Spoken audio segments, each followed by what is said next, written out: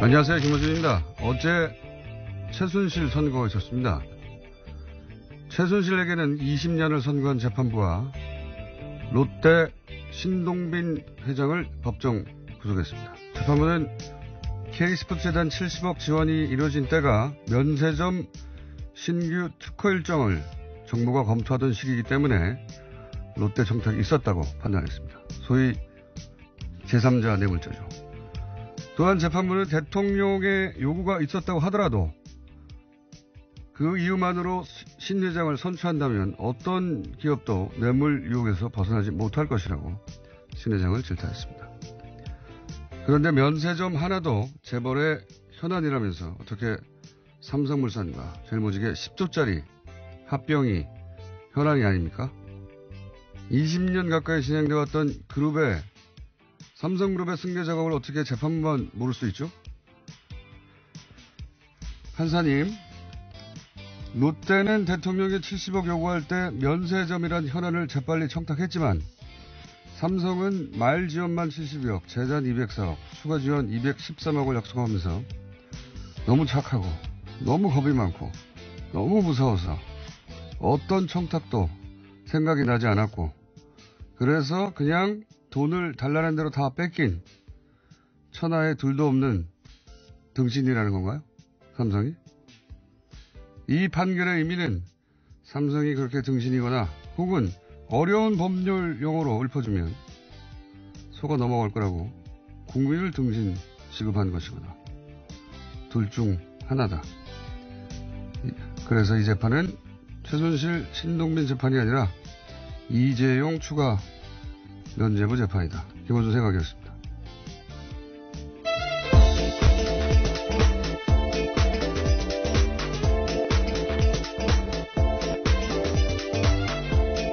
시사인의 김은지입니다.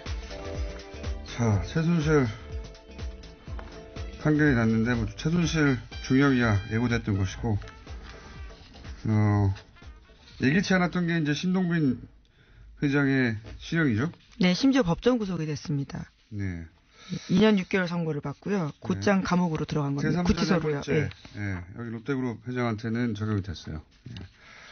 신동빈 회장의 구속은 제가 보기엔 이재용 부회장 집행유예의 콜레트럴 데미지다. 저는 그렇게 봅니다. 네. 삼성에 적용했던 기준을 롯데에도 적용하면 신동빈 회장은 집행유예 돼야 되는 거예요. 그런데 이제 그렇게 되면 재벌들 다 풀어준다는 소리를 들으니까 재판부가 이제 엄정했다는 제스처를 위해서 신동빈 회장을 제물로 삼은 것이다. 저는 그렇게 봅니다. 저는 그렇게 물론 봅니다. 70억은 추가로 제공한 혐의조차도 문제가 되긴 하는데요. 아니 뭐 문제가 없다는 게 아니라 예, 신동빈 회장의 70억 갖다가 사실 돌려줬잖아요. 예. 그리고 신동빈 회장은 마침 70억을 주기로 한 시기가 정부에서 면세점과 관련된 일정을 잡던 때라는 거예요. 그렇죠. 예, 잡던. 그걸 계획하고 있을 때였다는 거예요. 그거 두 개를 연결해가지고 제3자 납물죄를 한 거거든요. 네, 묵시적 청탁이 있었다라고 보는 건데요. 근데 그렇게 따지면 삼성은 203억을 재단에 줬고 70억도 아니고 줬어요 그냥. 말지원만 그보다 더 많아요. 그리고 주기로 약속한 것도 200억이 넘어요. 이 게이트가 서울에서 못 줬죠. 그러니까 삼성에 적용했던 기준을 적용하면 롯데는 집행유예 풀려났어야죠. 근데 그러면 이제 재벌도 다 풀어준다는 소리 듣잖아요. 그래서 콜레트럴 데미지다. 저는 그렇게 생각합니다. 죄가 없다는 게 아니라 뇌물 맞죠. 뇌물 맞는데 그렇게 엄격한 기준을 삼성에 적용을 안 하는 거죠. 일관되지 않는다라는 비판을 받고 있습니다. 삼성은 다 제3자 뇌물죄도 없고 현안도 없고 현안이 없는 기업이 어디 있습니까? 4인 가구도 현안이 있어요. 그냥 다 각자 인간은 살아있는 동안 다 현안이 있어요.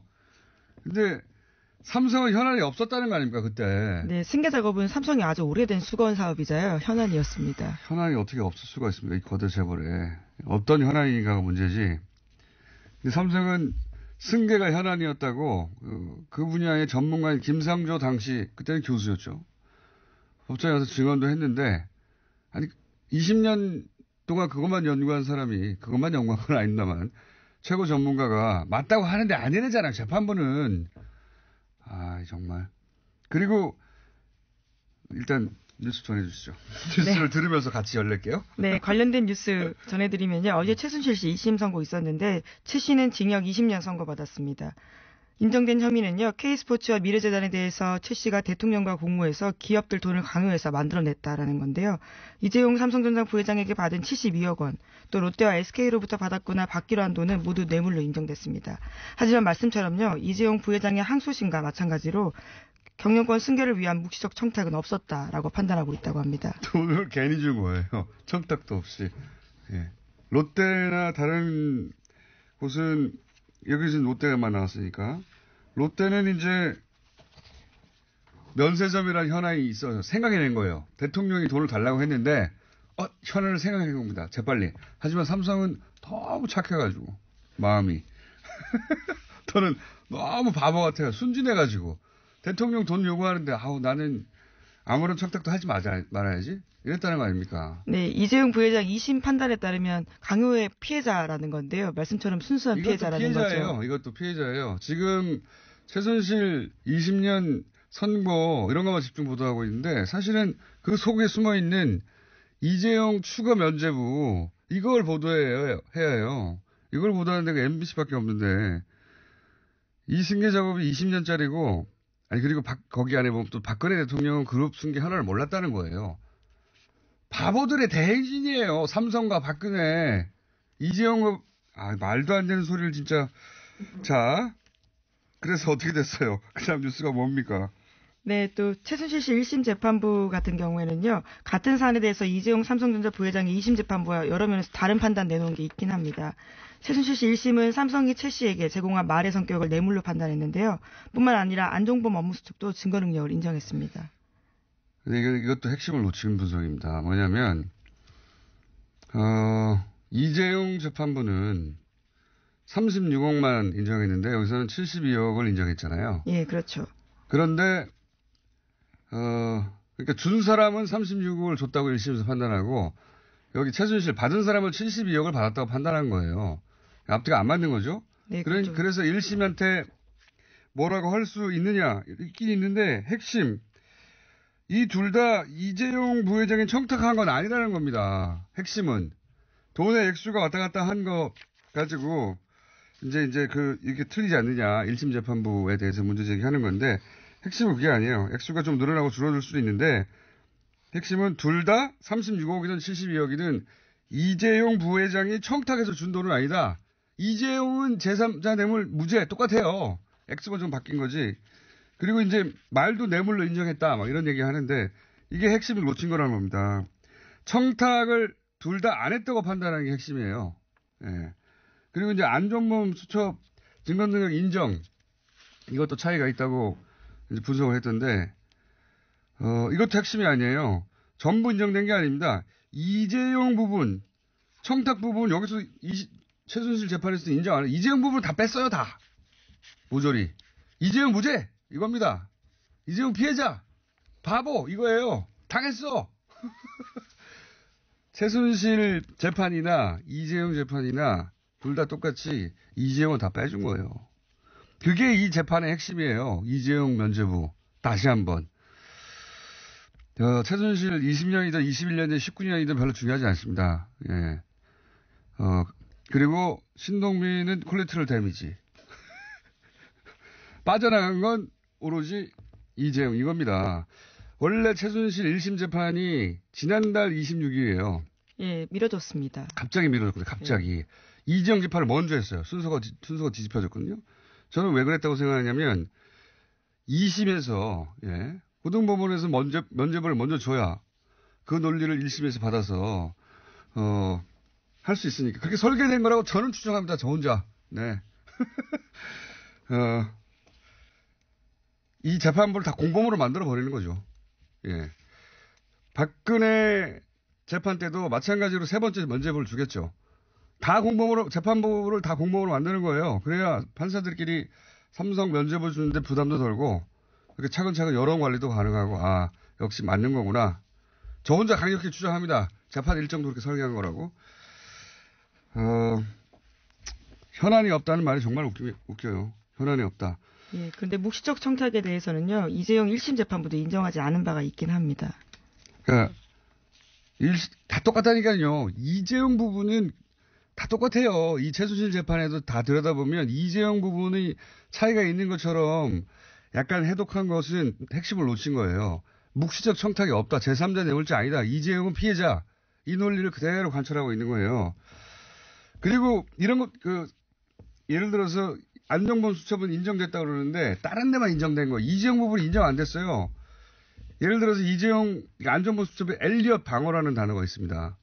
이게 이제 소위 그룹 승계 작업과 관련된 단어거든요. 대통령하고 이재용 독대가 2014년에 있었어요. 9월인가요? 네, 그때부터 시작됐습니다. 근데 이때는 엘리엇이 삼성물산 주식을 사기 전이에요. 그러니까 중간에 엘리엇이 등장한 거예요. 그래서 주총이 무산됐거든요. 그때 엘리엇 방어를 할 필요가 삼성한테 있었어요. 엘리엇 방어라는 단어 자체가 청와대의 관점이 아닙니다. 청와대가 왜 엘리엇을 방어해요? 삼성이 방어해야지. 기본적으로. 이 수첩에 이런 말들이 등장하는 거를 승계 작업과 무관하다고 본 거예요, 다. 다 빼준 겁니다. 청와대가 왜 삼성의 관점에서 방어라는 단어를 씁니까? 삼성의 현안인 건데, 삼성 중심의 시각의 이 단어 자체가 이걸 무시한 거예요, 재판부가 이런 단어들을. 그러니까 변한 건 하나도 없어. 이 지적만 다 빼준 건. 국민들을 등신으로 보는 거죠. 모를 거라고. 다음 뉴스는 뭡니까? 네, 삼성뉴스에서 좀 넘어가 보면요. 이것도 잠시 후 이정열 판사와 함께 같이 열려도록 하겠습니다. 혼자 열리니까 힘드네요. 네, 이명박 정부 시절 청와대 총무비서관 지냈던 장다사로 씨 있습니다. 이에 대한 구속영장 청구된 바가 있는데요. 어제 기각됐습니다. 장 전 비서관은 이명박 정부의 청와대가 벌인 불법 총선 여론조사에 관여한 혐의를 받고 있는데요. 기각 사유는 다음과 같습니다. 구속의 사유와 필요성을 인정하기 어렵다라는 건데요. 혐의의 소명의 정도에 비춰서 피의자가 재책을 다룰 여지가 있고 주거가 일정하고 소환에 응하고 있는 점을 종합하면 현 단계에서 구속의 사유와 필요성을 인정하기 어렵다라고요. 권순호 영장전담 부장판사가 밝혔습니다. 신동빈 회장은 주거가 일정하지 않습니까? 그동안 소환 일정에 따르지 않았나요? 뭐 그런 건 다 이유가 아닌 것 같고. 역시 또 MB로 가는 길을 양승태 체제 하에서 그 자리에 배치된 재판부가 막는 거죠. 저는 그렇게 해석합니다. 예. 재판부도 뭐 20년 동안 있었던 것도 없었다고 알아서 판단하는데 저도 혼자 그렇게 판단합니다. 이건 MB로 가는 길이라서 막았다. 구속영장 기각했다. 앞으로 그렇게 추정하겠습니다. 그냥 강력하게. 다음 뉴스는 뭔가요? 예, 이명박 전 대통령 관련된 뉴스가 하나 더 있습니다. 이 전 대통령 쪽에 재산관리인 역할을 해왔던 측근이요. 검찰 수사에 대응해서 재산 관련 장부를 몰래 파기했다고 합니다. 이를 검찰이 포착하고요. 체포했다고 하는데요. 증거인멸 혐의로 이병모 청계재단 사무국장을요. 지난 12일에 긴급 체포해서 조사 중이라고 합니다. 삼성 승계는 말이죠. 20년 동안 국민연금, 그러니까 삼성물산 합병에 국한된 게 아니에요, 이게. 이거는 네, 아주 오래된 프로젝트입니다. 삼성 승계 전체에 대해서 끊임없이 20년 동안 로비를 한 것부터 전방위로 그 중에 하나 걸린 거예요, 제대로. 이걸 또 풀어주는 거예요. 예, 일시가 피해자라고. 딱딱 맞지 않다고 해서요. 그게 아니라고 뭐가 딱딱 안 말하기는 맞습니까? 예, 쉽지 않죠. 예, 재판부가 그렇게 판단을 했더라고요. 날짜가 몇 개 안 맞다. 삼성 현안이 없대잖아요. 박근혜 대통령은 그걸 몰랐고 현안이 있는 줄 승계 작업이 20년 동안 이루어지고 있다는 것도 몰랐고 재판부도 모르고 다 모르는 거예요. 자기들만. 예, 청와대 문건도 있고요. 안종범 수첩도 있는데 다 그것들을 배척하게 된 거죠. 최순실 재판이 아니에요. 이재용 재판이지 이게 다. 네, 이병모 씨로 다시 넘어가실까요? 신동빈 회장이 구속된 것도 이재용 재판의 여파예요. 이게 다 이재용 봐주려고 이러는 거예요. 다 망가뜨리는 거예요. 이제 박근혜 재판도 보세요. 똑같이 나오지 이제. 예, 어제 법정에 있던 기자들에 따르면요. 신동빈 회장 굉장히 당황한 모습으로 법정 구속됐다고 합니다. 예상을 전혀 못했던 것으로 삼성이 보이는데요. 2년 6개월을 풀려났잖아요. 이 정도면 나는 뭐 집행유예겠구나 생각하고 있었겠죠. 그게 맞잖아요. 형평에도 삼성은 훨씬 더 액수가 크고 훨씬 더 집중적이고 말 사주고 다 했는데 거기는 풀려나고. 야, 삼성 재판이에요. 삼성 재판 다. 박근혜 재판도 삼성 재판입니다. 이제 보십시오. 좋겠습니다. 이정부 회장. 아무리 죄를 지어도 다 봐주고 좋게 써야죠. 자, 또 뭐 넣을 수 있습니까? 네, 청계재단 사무국장이 긴급 체포돼서 조사 중이라고 하고요. 영장도 곧 칠 예정이라고 합니다. 네. 조사 잘 받길 바라고요. 자, 다음 뉴스 뭡니까? 네, 미국 백악관이 현지 시각으로 13일에 한반도의 비핵화는 타협이 가능하지 않다는 입장을 강조하기 위해서라도 북한에 관여할 의향이 있다라고 밝혔다고 하는데요. 관여할 자기들 어떻게 관여합니까? 말을 하겠다는 거죠. 말을. 예, 여기서 관여는 대화 전략이라고 볼 수 있습니다. 연합뉴스가 서면 질의를요. 백악관 국가안보회의 관계자와 했다라고 하는데요. 이렇게 답했다라고 합니다. 뭐랄까요? 좀 궁색하네요, 표현이. 대화를 하겠다는 건데, 그죠? 그렇죠. 대화를 하겠다는 말을 그냥 하지 못하고. 전제 조건을 밝힌 건데요. 그러니까 이거예요. 비핵화가 중요하다는 걸 알려주기 위해서라도 대화를 하겠다. 그냥 대화한다고 하면 되잖아요. 궁색합니다. 그래서 문 대통령이 이제 미국도 대화에 긍정적이라고 표현을 한 거군요. 예, 어제 라트비아 대통령과의 정상회담을 가졌는데요. 여기서 이렇게 밝혔다고 합니다. 알겠습니다. 미니가 하나 있기 때문에, 예. 국내 뉴스 중에 뭐 없습니까? 네, 국민의당과 바른정당이 통합한 바른미래당으로 어제 출범했습니다. 의석수 30석인데요. 박주선, 유승민 신임 공동대표 맡았습니다. 출범하면서 지방선거에 대한 자신감 보이면서요. 자유한국당과 연대는 일축했다라고 하는데요. 중도개혁 정당임을 강조하고 있습니다. 바른미래당은 이제 바른미래당에 불러야 되군요. 지방선거를 목표로 한 정당이 아니다. 저는 또 혼자 해석합니다. 저 혼자. 지금 30명이에요. 바른미래당이. 근데 거기 당적을 두지만 합당 반대했던 사람이 또 30명 됩니다. 네, 비례대표 출신들이죠. 그러니까, 표로 보여줄 수 있는 자신들의 힘은 25석이에요. 원래 국민의당이 39석이었어요. 그쵸? 그리고 거기다가 바른정당이 9표. 그 2명이 의석을 잃었으니까, 그러니까 의원직을 잃었으니까, 47표가 돼야 되잖아요. 그게 25표가 됐어요. 절반, 반토막이 났다고요. 그러니까, 이렇게까지 합당을 한 이유가 표결파고는 이거밖에 안 되잖아요. 캐스팅 보트 안 돼요. 예. 그 캐스팅 보트도, 아니고, 목표가. 지지율 얘기하는데 그 지지율이 높아져봐야 지방선거에서 광역단체장 당선 못 냅니다. 그 이유도 아니에요. 실제 목표는 그런 게 아니고, 지방선거 이후죠, 이후. 이후에 이제 홍준표 대표를, 자신들은 보수 본류라고 자처하는 세력들이 인정하지 않고 있기 때문에, 그 이후에, 정계 개편 때, 자기들이 보수의 적자가 돼서 이제, 먹겠다. 자유한국당과 1대1 합당은 안 하겠지만, 혼종, 하이브리드가 탄생할 것이다. 예.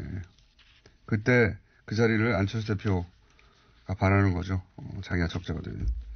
그런 겁니다. 지방선거가 목표가 아니라 지방선거 이후에 보수 정계 개편. 그러니까 혼합을 벌이는 거죠. 여기까지 하겠습니다. 시사인의 김은지였습니다. 감사합니다. 자, 미니가 하나 있습니다. 신동빈 롯데그룹 회장 법정 구속이 과연 어떤 의미가 있는 것이냐. 더불어민주당 박범계 의원 연결하고 있습니다. 안녕하십니까, 의원님? 네, 반갑습니다. 네. 롯데그룹에 대해서는 제대로 된 판결이다. 이렇게 봐야 되겠죠? 네, 물론입니다. 예. 롯데그룹에 대해서 북한에서 얘기를 한번 해보죠. 예. 네. 롯데그룹 신동민 회장이 법정 구속된 이유는 판사 출신으로서 어떻게 판단하십니까?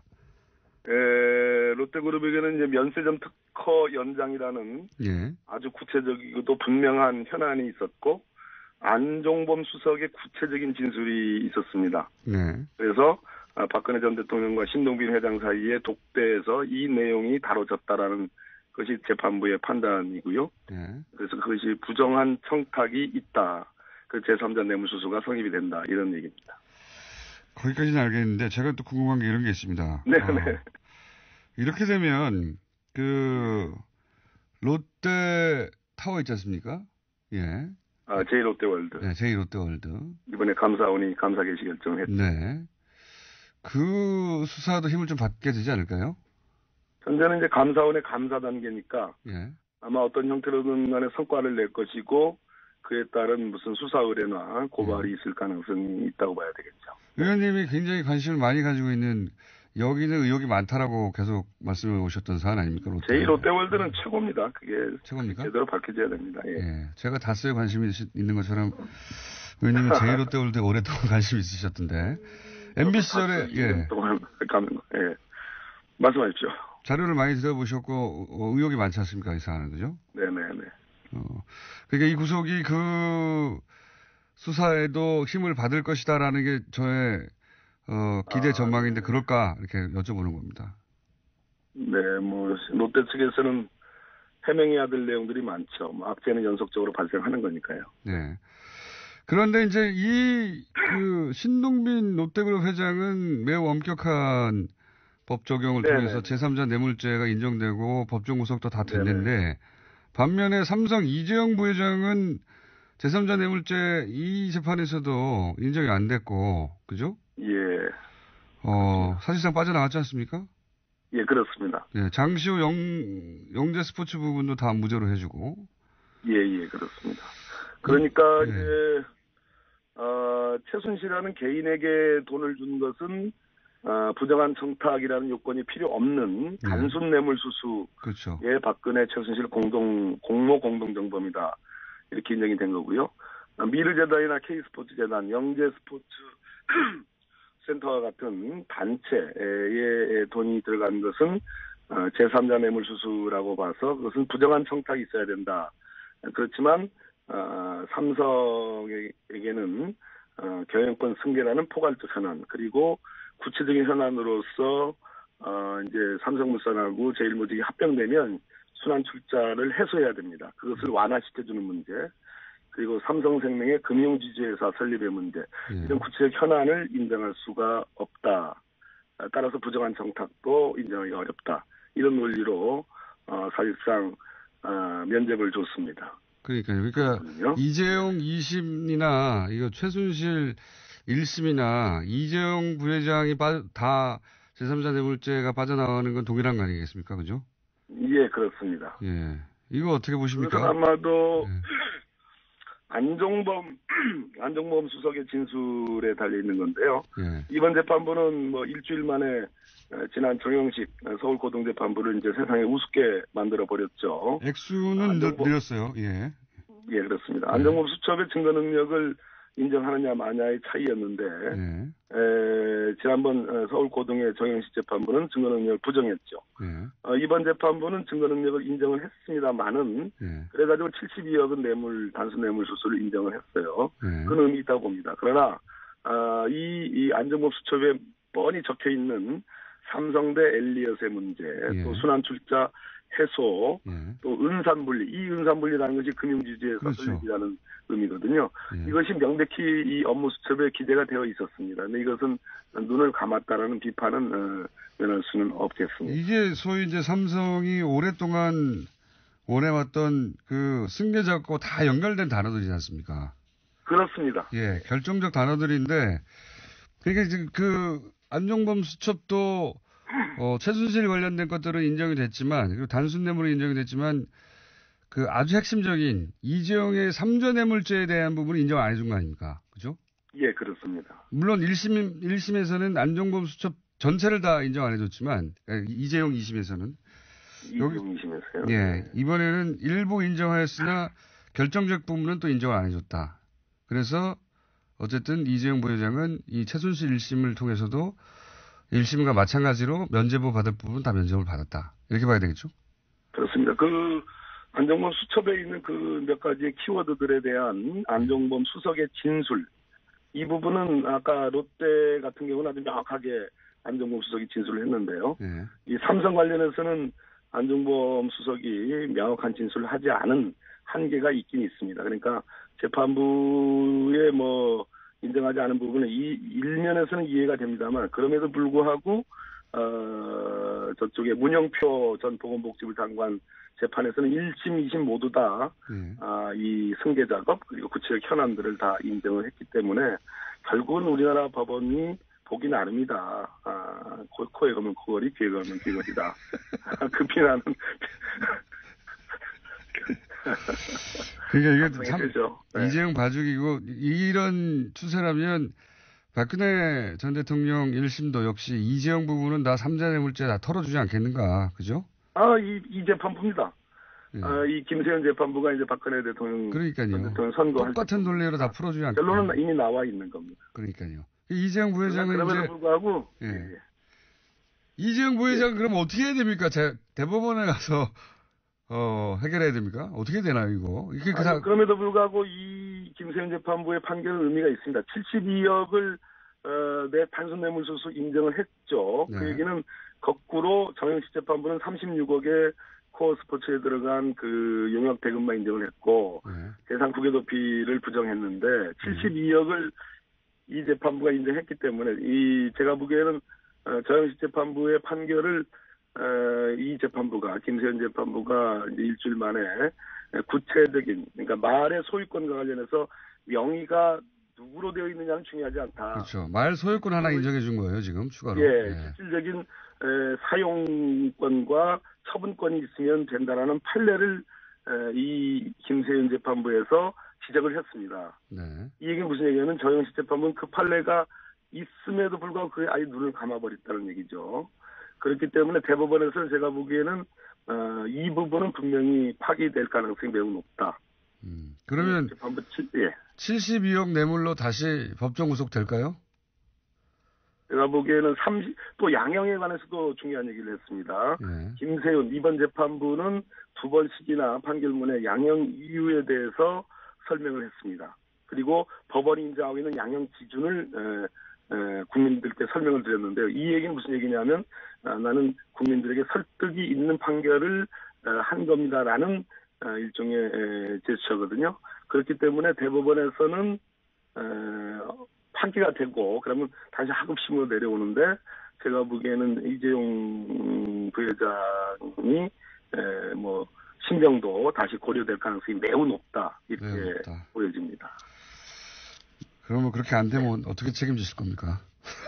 제가 책임질 문제는 아니지만 아니 여당의 적폐청산위원장으로서 어떻게 책임지셔야죠. 그렇게 되면 사업부 독립 침해나가 또 내일이 아니겠네요. 조선일보에 또 대문자 많이 나옵니다. 그러니까 우리는 그러면 적폐청산위원장을 내가 관두겠다라든지 뭐 하나 이재용 부회장이 다 이렇게 면죄부를 받으니까 한편으로는 화가 나기도 하고요. 한편으로는 우리 사법부 시스템이 이렇게 무력한가 싶기도 하고요. 그렇습니다. 그게 일반인들의 생각입니다. 맞습니다. 그래서 국민이 참여할 수 있는 재판, 국민 눈높이에 맞는 재판을 하도록 그렇게 제도 개선을 해야 됩니다. 오늘은 미니니까 여기까지 하고요. 스튜디오에 한번 나오셔서 저한테 괴롭힘을 한번 당해주세요. 이 사안으로. 제가 안 나가잖아요. 오늘 여기까지 듣겠습니다. 감사합니다. 네, 감사합니다. 이재용 부회장 2심 해설을 하던 와중에 최순실 1심이 나서 둘 다를 한꺼번에 분석하게 되신 이정열 전 부산판사님 옆에 나와 계십니다. 안녕하십니까. 안녕하십니까. 점점 많아요, 분석할 게. 이런 거 설상가상이라고 하죠. 제가 결론부터 여쭤볼게요. 제가 오늘 오프닝에서 이 최순실 1심은 이재용 추가 면죄부 재판이다라고 성격 규정을 했습니다. 맞습니까? 탁월하십니다. 언제나 항상 느끼는 바지만 공정정의 저도 그렇게 생각해요. 제가 탁견과 해안은 정말 은하계에서 따라올 사람이 없다. 언론에 다 최순실 얘기만 해요. 20년 받았다고. 그러니까 중형받았다고 하면서 이게 상당히 엄정하고 공정한 재판인 듯. 그렇죠. 신동미 회장은 무려 또 불구속 상태에서 싸웠다가 재판 받다가 법정에서 바로 구속해버렸다. 이 얼마나 엄정한 재판부인가. 그러나 실제 그 안에 숨어 있는 것은 이재용 면죄부다 다. 그렇죠. 이 신동빈 회장은 참 저는 개인적으로 알지는 못하는데 엄청나게 억울할 것 같아요. 아니 그 사드 때문에 피해는 다 봤지. 그 사실 자기가 원한 게 아니잖아요. 박근혜 최순실 국정농단 때문에 사드 그 나가지고 피해 본 거 아닙니까? 회사 피해 봤는데 그거 어떻게 좀 해보려고 하다가 게다가 돈을 70억 줬다가 돈을 가져가라 해서 돈을 가져왔어요. 자기들은 그러니까 돈을 안 준 거예요, 사실은. 근데 그거 추징당했잖아요, 지금. 그 추징이야 이제 그 돈 자체가 이제 불법설 띄고 있으니까 뭐 컨그라타 치고 그다음 또 하나는 아니 이재용 부회장과 비교하자면 그러니까 이재용 돈을 부회장과, 줬다가 네. 돈을 받았는데 이제 그러니까 이재용 부회장과 비교하면 지금 2년 6개월 이 주형은 똑같은데 형도 똑같아요. 예, 집행유예가 붙었냐 안 붙었냐 차이거든요. 네. 근데 거기는 그걸로 해서 얻은 게 얼만데 여기는 아직까지 회복이 안 되고 있잖아요. 그 삼성물산과 그다음에 제일모직 합병으로 10조가 됐어요. 10조가. 그러니까. 어마어마한 이득을 얻어갔어요. 근데 이제 신동빈 회장 면세점 가지고 있는 면세점도 현안 맞죠? 아, 현안이죠. 예. 뭐, 그것도 이제 돈 잘 버는 거고. 하지만 그룹이 기우뚱하는 건 아니잖아요. 그것 때문에. 예. 아무리 현안이 그렇다 하더라도 이 그룹 승계는 잘못하면은 지배권을 잃게 되는 거거든요. 그렇죠. 예. 이재용 부회장이 치밀하게 해야죠. 그래서 이재용 부회장이 부회장의 지위를 잃게 되는 거거든요. 사실은 어마어마한 현안이에요. 근데 이게 현안이 아니라고. 예.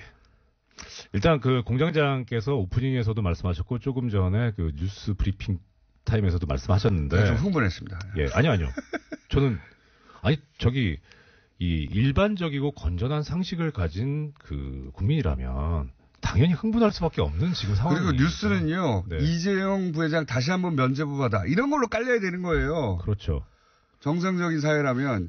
아까 이제 말씀 중에 그런 말씀이 있었습니다. 저기 그 재판부들이 공범이 돼가지고 이렇게 하나씩 밀어주고 있는 거 아니냐. 공범으로 다 만들어버리는 설계, 삼성에. 예. 근데 어제 이제 지금 전제로서 제가 말씀드리고 싶은 거는 지금 판결문이 안 나온 상태여가지고 네. 제가 가지고 있는 정보는 하나는 재판부에서 나온 보도자료. 그것도 한 10몇 페이지 되잖아요. 17장입니다. 예. 보도자료가 무슨 17장이나 돼.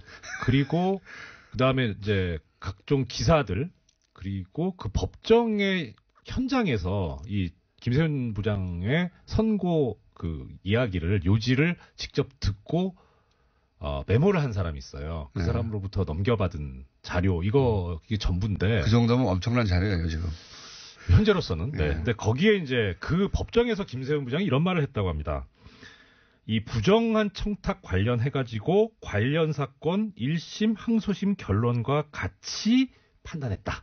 그러니까 이재용 재판 결과를 받아들였다는 거예요. 예, 봤다는 거죠. 그래서 제가 최순실 재판을 갑자기 일정이 뒤로 미뤄진 게 우연이 아니라 요 이재용 2심 재판 결과를 그대로 받으라고 이렇게 설계한 것이다. 그것도 연기한 것이.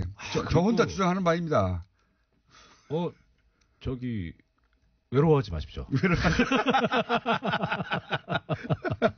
저는 예. 주장합니다. 예. 설계했다. 일부러 뒤로 밀었다. 저는 숟가락을 얻는 차원을 넘어서 함께 하겠습니다. 가랑비는 같이 맞아야 된다. 기도 아니지만. 그러면은 요 사안은 누가 고소고발할까요? 이런 주장을 했다고? 솔직히 누가 하든지 관심은 없고요. 오기만 하세요. 그냥 박살 내주겠습니다. 근데 여기서 또 하나 이 재판부가 재밌는 게 지금 제가 오늘 드리고 싶은 말씀에 대부분 근데 변호사 자격증도 없으시잖아요. 나를 변호해 줄 수도 없잖아요. 제가 항상 말씀드렸잖아요. 변호사법에 변호사는 품위 유지 의무가 있거든요. 네. 저는 변호사가 아니라서 품위 유지 의무가 없어요. 막 싸울 수가 있구나. 그렇죠. 좋습니다. 예. 하나 이제 또 저는 주장합니다. 일부러 밀었다. 추가해서 말씀드리자면 1심 항소심 이재용 부회장 재판부의 1심 항소심 결론과 같이 했다고 했는데 미묘한 균열들이 조금씩은 보입니다. 미묘한. 예. 그러니까 여기까지는 내가 못하겠어 이런 거. 왜 이랬을까 하는 게 궁금하긴 되게 궁금증을 불러일으키는 뭐냐면 지금 그 부정한 청탁 관련해서 전제가 되는 게 승계 작업이라고 말씀드렸잖아요. 이 승계 작업을 하는데 특검에서 주장한 게 뭐냐면 개별 현안들이 다 하나하나씩 있었고 이게 개별 현안이 승계 작업이라는 목표 하에 진행이 됐다는 건데. 그렇죠. 엘리어 방어라든지 은산분리라든지 지주회사라든지 이런 그렇습니다. 얘기들이 다 그런 거죠. 그게 수첩에 있는 말이에요. 개별 현안이 있었고 이제 그것이 목표에 따라서 가고 있었는데 그것과 별개로 포괄적인 어떤 현안. 그러니까 결국 승계 작업을 그걸 다 합친 게 이제 승계 작업인 거죠. 근데 이재용 부회장, 그러니까 이재용 피고인 재판 1심에서는 1심에서 그러니까 특검이 이런 개별 현안들을 순서를 매겨놨어요. 이런 순서에 의해서 이런 목적하에 갔다. 근데 중요한 거는 목적이지 순서가 아니다. 그렇죠. 해가지고 목적을 보니 승계 작업이 있었고 그래서 승계 작업을 인정을 했어요. 거기서는. 근데 항소심에서는 아예 승계 작업 자체를 날려버렸고. 그렇죠. 승계가 없다고 그러니까 개별 현안도 사라지는 거죠. 그렇죠. 개별 현안이 사라지니까 청탁도 없어지는 거예요. 이런 구조입니다. 그렇죠. 예. 근데 이번 이제 최순실 이 재판부에서는 어떻게 봤냐면 특검이 제시한 그런 순서에 의한 승계 작업은 없었다. 이런 식으로 표현이 됐어요. 아, 약간 빠져나갈 구멍을 만들었네요. 그러니까 예, 승계 작업 자체가 없었다고 본 건 아닌 것 같은데. 예. 그런 순서가 그렇게 중요한가? 순서가 뭐가 중요합니까? 동시다발로 일어났는데. 사실 처음에 이 이재용 피고인 1심 판결이 났을 때 그 재판부의 판결을 보고 제가 붕괴했었거든요. 어떻게 이 판결을 이런 식으로 쓰나 싶었는데 지금 차츰차츰 나오는 거 보니까 그 재판부에서 제일 훌륭했네. 오히려? 예. 오히려? 왜 그렇게 생각하십니까? 그러니까 일단 이 큰 그 승계 작업이라고 하는 것이 존재한다는 거에 대해서는 그 재판부를 유일하게 인정한 거예요. 이 이재용 관련해서는. 그러니까, 야, 이게, 공장장님한테 벌금 90만 원 선고한 그 재판부. 예. 예. 훌륭하잖아요. 그 1심이 그나마 괜찮다. 승계 작업을 인정했다. 유일하게 인정한 재판부. 네, 이재용 관련해서는. 예, 그 무정표 뭐 이런 거 빼고. 그 작년에 얼마나 욕을 했는데요. 그 욕을 하면서 제가 속으로 우리 재판부 판사님인데 어떡하나. 나 이거 하면 안 되는데 하면서 계속 비판했는데 그러니까 방송으로는 그 재판부를 비판하고 예. 며칠 있다가 그 재판부 앞에서 얌전하게 재판을 받고 예. 그런 생활의 반복이었습니다. 근데 결국 지나놓고 보니까 그 재판부가 그나마 제일 낫다. 그나마 제일 낫다. 예. 그때는 그리고 이런 것도 있습니다. 사회 분위기가 네. 그런 걸 용납하지 않았거든요. 그런 판결이 나왔으면 난리 났을 거예요. 모두가 청탁도 없었고 다 없었다고 했으면 난리 났겠죠. 난리 났죠. 예. 지금도 이런데. 지금은 근데 이제 뭐 최근에 이제 댓글 작업도 많이 있고 그러니까 분위기가 좀 바뀌었다 싶었는지 과감하게 날려버렸습니다. 그러니까 이재용 재판부 2심이 했던 작업은 간단해요. 무죄로 만들어주려고 그렇죠. 하니까. 예. 무죄로 만들어주려고 하니까 청탁이 없었다고 해야 되고 청탁이 없었다고 하려고 하니까 애초에 현안이 없었다고 말해. 그렇죠. 괜히 현안도 다 없애버린. 예. 모든 걸 다 없애버린. 목적도 없고. 돈을 준 목적이 사라졌어요. 예. 그냥 뺏겼다. 이것만 남는 거죠. 네. 이재용 2심 재판부는 정말 대범합니다. 호연직이라고 봐요, 저는. 팍팍팍 없애버려, 다. 그럼 어떻게 보면은 조선일보의 논평이 맞는 것 같아요. 정말 소신 있다. 20년 동안 있었어. 나 몰라. 팍팍. 예. 자, 지금 원래 오늘 드리고 싶었던 말씀이 사실 그 뇌물 부분 중에서 말 소유권 쪽이었거든요. 근데 이게 최순실. 그거 하나가 뚜렷하게 차이가 있는 점이에요. 재판이 지금 나와가지고 그래서 좀 방향이 좀 틀어졌는데 아까 잠깐 얘기가 나왔습니다. 안종범 업무수첩이 있습니다. 이게 이제 지금 증거 능력이 인정됐다는 건데 제가 어제 말씀드리면서 뭐라고 말씀드렸냐면 이 이재용 피고인 재판부 항소심에서 승계 작업이 없었고 부정한 청탁도 없었다라고 보게 된 근본적인 그 논리상 구조는 안종범 업무수첩을 증거 능력을 날렸잖아요. 그래서 아무것도 없어지는 거죠. 그렇죠. 그러니까 순서대로 그러니까 어떻게 보면 그 재판부의 말은 틀리긴 했지만 일관성은 있어요. 일단 그게 증거가 없어져 버렸으니 이제 뭐 지시를 했다는 것도 안 보이고 그러니까 뭐 무슨 뭐 부정한 청탁에 대한 인식이 있었겠냐 하는 것까지는 이제 쭉 물 흐르듯이 가는데 어제 최순실 피고인 재판부의 특징은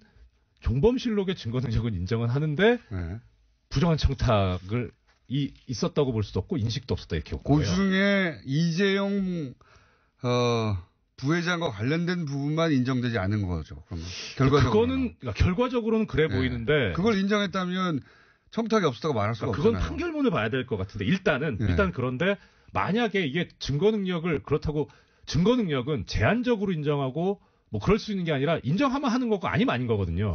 그러니까 일단 증거 능력 자체가 인정이 됐으니까 그 부분의 그러니까 그 내용을 못 믿겠다고 한 건지는 모르겠어요. 그런 여지가 있을 수는 있어요. 근데 그것도 좀 이해는 안 가는데. 그건 판결문 보시고 얘기하시고. 근데 앞뒤가 안 맞는다는 거죠. 그렇죠. 그러니까 여기서 이 판결에서 궁금한 점은 뭐냐면, 이게 이런 증거 능력을 인정을 해놓고 어떻게 없다고 봤을까? 이 논리는 또 뭘까? 그게 되게 또 궁금해요. 그거는 이제 판사님으로서 법률가로서 궁금하신 것이고, 네, 근데 거기에서 그 보도자료에 보면 재밌는 부분이 있습니다. 지금 17장짜리 보도자료를 이제 재미없기만 해봐요. 혐의가 18개인데 네. 이제 거기에서 뭐 유죄냐 무죄냐, 뭐 유죄면 왜 유죄냐, 무죄면 뭐 왜 무죄냐라는 걸 이제 쭉쭉 재판부가 이제 써놨어요. 보면 하나하나가 다 막 3줄, 네. 4줄. 이재용 관련해서는 한 장 반을 썼어요. 찔린 거죠, 자신도. 이렇게 원래 말 많으면 빨갱이 공산당이잖아요. 아니, 그러니까 다른 거는 이렇게 해도 아무도 시비 걸지 않는데 그러니까. 이재용 부분은 굉장히 마음이 찔린 것이고 예. 그런데 그렇게 길게 보도자를 냈으면 언론도 그만큼의 비중으로 이재용 부회장에 관해서 썼어야 되는 겁니다. 그렇죠. 이게 저는 재판부도 이 부분이 지금 자기네들의 아킬레스건이라고 생각을 하고 있는 것 같아요. 그러니까 이렇게 길게 썼고 이제 여기서 또 하나 눈여겨 보이는 게 뭐냐면 이 부정한 청탁 이게 계속 문제가 되고 있는데 그 부분에서 부정한 청탁을 판례를 죄송합니다. 대법원 판례를 인용을 하고 있어요. 그 이재용 피고인 재판부 1심도 그렇고 항소심도 그렇고 그러면서 그 판례를 인용하면서 이 법리에 근거하면 부정한 청탁에 대한 인식이 있었다고 보기 어렵다 이렇게 갔어요. 항소심은. 그래서 제가 그 대법원 판결을 찾아봤어요. 아마 애청자 여러분들께서도 쉽게 찾으실 수 있을 겁니다. 그 신정아 씨 있잖아요. 네, 신정아 씨. 그분에 관한 판결이에요. 네.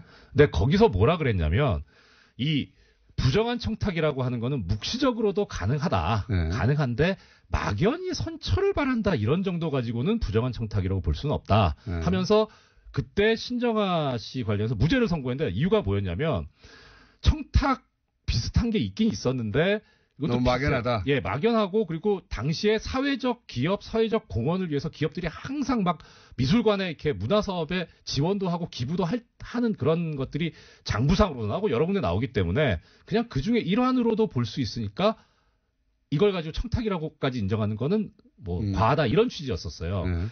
적어도 그런 정도 사정이 있어야 된다는 거죠. 근데 그런 사정도 없을 뿐만 아니라 더 나가서 이재용 피고인 항소심 재판부가 뭐라 그랬냐면 뚜렷하고 명확한 인식이 있어야 된다 그랬어요.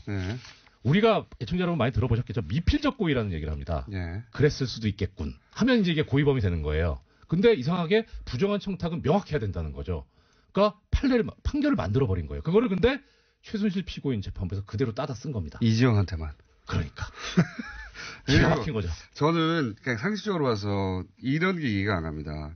법리를 떠나서 이제 롯데는 네. 돈을 대통령이 달라고 그러니까 재판부의 논리에 따르면 돈을 달라고 했어요. 네. 그래서 대통령이 워낙 힘이 강하니까 돈을 줬겠거니. 하지만 그렇다고 하더라도 그때마다 돈을 다 주면 어떻게 뇌물을 벌어야겠냐 하고 신동빈 회장은 구속됐잖아요. 그럼 똑같은 논리로 삼성도 구속시킬 수 있는 거 아닙니까? 이재용 부회장도 똑같은 논리로. 그렇죠. 당했다 하더라도 그때마다 돈을 다 주면 어떻게 앞으로 뇌물죄를 벌을 수 있겠냐. 할 수 있어야 되는 거 아닙니까? 그렇죠. 상식적으로. 근데 이재용은 그게 예외예요. 예외예요. 예. 또 하나는 상식적으로 롯데는 돈을 달라고 했을 때 막 현안을 생각해냈어요. 그럼 우린 이거 해달라고 그래야지. 근데 삼성은 훨씬 더 많은 돈을 바쳤는데 뜯겼는데. 근데 롯데는 삼성은 아무런 현안도 왜 면죄부를 줬어요? 뜯긴 거 아니고 그냥 준 거예요. 이게 제 말은 네. 그 재판부의 논리대로. 재판부 논리대로. 삼성은 아무런 현안도 생각해내지 않은 겁니다.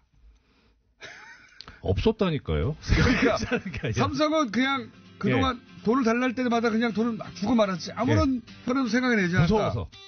너무 착했어. 삼성은 순진해가지고 이게 말이 되냐 이거예요. 배포가 약해서. 노르가즘 정의당 노회찬 원내대표 나오셨습니다. 안녕하십니까. 네, 안녕하세요. 언급하실 내용이 많네요. 오늘 일단 삼성 이재용 부회장 판결은 아니지만 최순실 1심 선고 안에 그 내용이 또 있습니다. 그죠? 예. 네. 최순실 징역 20년 나왔는데 그리고 신동빈 회장도 실형 나왔는데 그 안에 이재용 삼성 부회장은 역시 제3자 뇌물죄 아니고 청탁 없고 이렇게 털어줬어요. 면죄부죠, 면죄부. 지금 네. 이재용 재판에 이어서 최순실 선고가 있었습니다. 네. 두 재판의 공통점과 차이점이 굉장히 의미 있고 중요한데요. 네. 이 같은 점은 뭔가면은 최순실에게는 중형을 내리고 이재용 그렇죠. 석방했음에도 불구하고 그 최순실 중형을 내리는 과정에서 이 삼성 승계 작업이라는 예. 삼성에서 이거 뇌물을 줄 만한 이유가 없었다. 예. 승계 작업이라는 실체 자체가 존재하지 않았다. 그러니까요. 아니 승계는 승계하고 있는데 승계 작업이 없었다라는 예. 놀라운 논리가 계속 이어지고 있어요. 말도 안 되는 사실 얘기죠. 근데 그런 점에서는 정형식 그 형사 13부 판결이나 항소심 판결 이재용에 대한 판결이나 근본은 같아요. 예. 최순실에 대한 그 판결이나 근본에 같기 때문에 저도 이제 보도자를 내서 지적을 했는데 예. 또 차이도 있어요. 예. 차이는 뭔가면은 정유라에게 간 말 36억 말을 인정했어요. 이걸 말을. 뇌물로 인정했거든요. 예. 이 차이가 왜 의미 있냐면 만일에 예. 이 김서윤 판사가 최순실을 판결했던 김서윤 판사가 며칠 전에 이재용 항소심을 맡았다면 예. 어떻게 되느냐? 그러면은 승계 작업이라는 실체는 인정하지 않고 예. 묵시적 청탁도 없었다라고 판결하면서 다른 한편으로는 정유라 말은 뇌물이다. 예. 이래 되면 36억이 뇌물로 추가되는 거예요. 70억이 되는 그러면 50억이 넘기 때문에 특정경제가중처벌법에 따라서 집행유예로 나올 수 없는 상황이 되는 거죠. 예. 그렇기 때문에 이 김세윤 판결에도 문제는 있지만 그거 하나가 지금 그거 하나만 가지고도 예. 이재용은 밖으로 나올 수 없었다. 만약에 김세윤 판사가 이재용 2심을 맡았다면 예, 그렇죠. 그때는 근데 다르게 됐을 거예요, 또. 예, 물론이죠. 왜 그러냐? 예. 왜 그러냐? 삼성이기 때문이죠. 이게 다 이유는 예. 삼성이기 때문이 아닙니까? 예, 그래서 유독 대한민국 재판부가 이제까지 과거에도 그랬지만 삼성만 봐주는 예. 제가 볼 때는 삼성에 대한 묵시적 판결. 그러니까 삼성을 봐주는 판결이라고 말을 안 하는 삼성 봐주기 묵시적 판결을 지금 예. 세습적으로 하고 있다. 세습적으로 하고 있다. 묵시적 삼성 봐주기가 우리 재판부에 면면이 이어왔지 않습니까, 사실은. 그렇습니다. 예. 우리 재판부가 사실은 과거에 전두환도 봐주지 않았고 예. 한번 봐줬지만 그 다음에는 안 봐주고 노태우도 안 봐주고 다 안 봐줬습니다. 근데 이번에 삼성만은 이제까지 계속 봐주고 있는 거죠. 삼성은 역대 구속된 적이 한 번도 없다가 최초로 이재용 부회장이 구속이 됐죠. 최초로. 네. 근데 다시 풀려난 겁니다, 이게. 예, 1년도 안 돼가지고.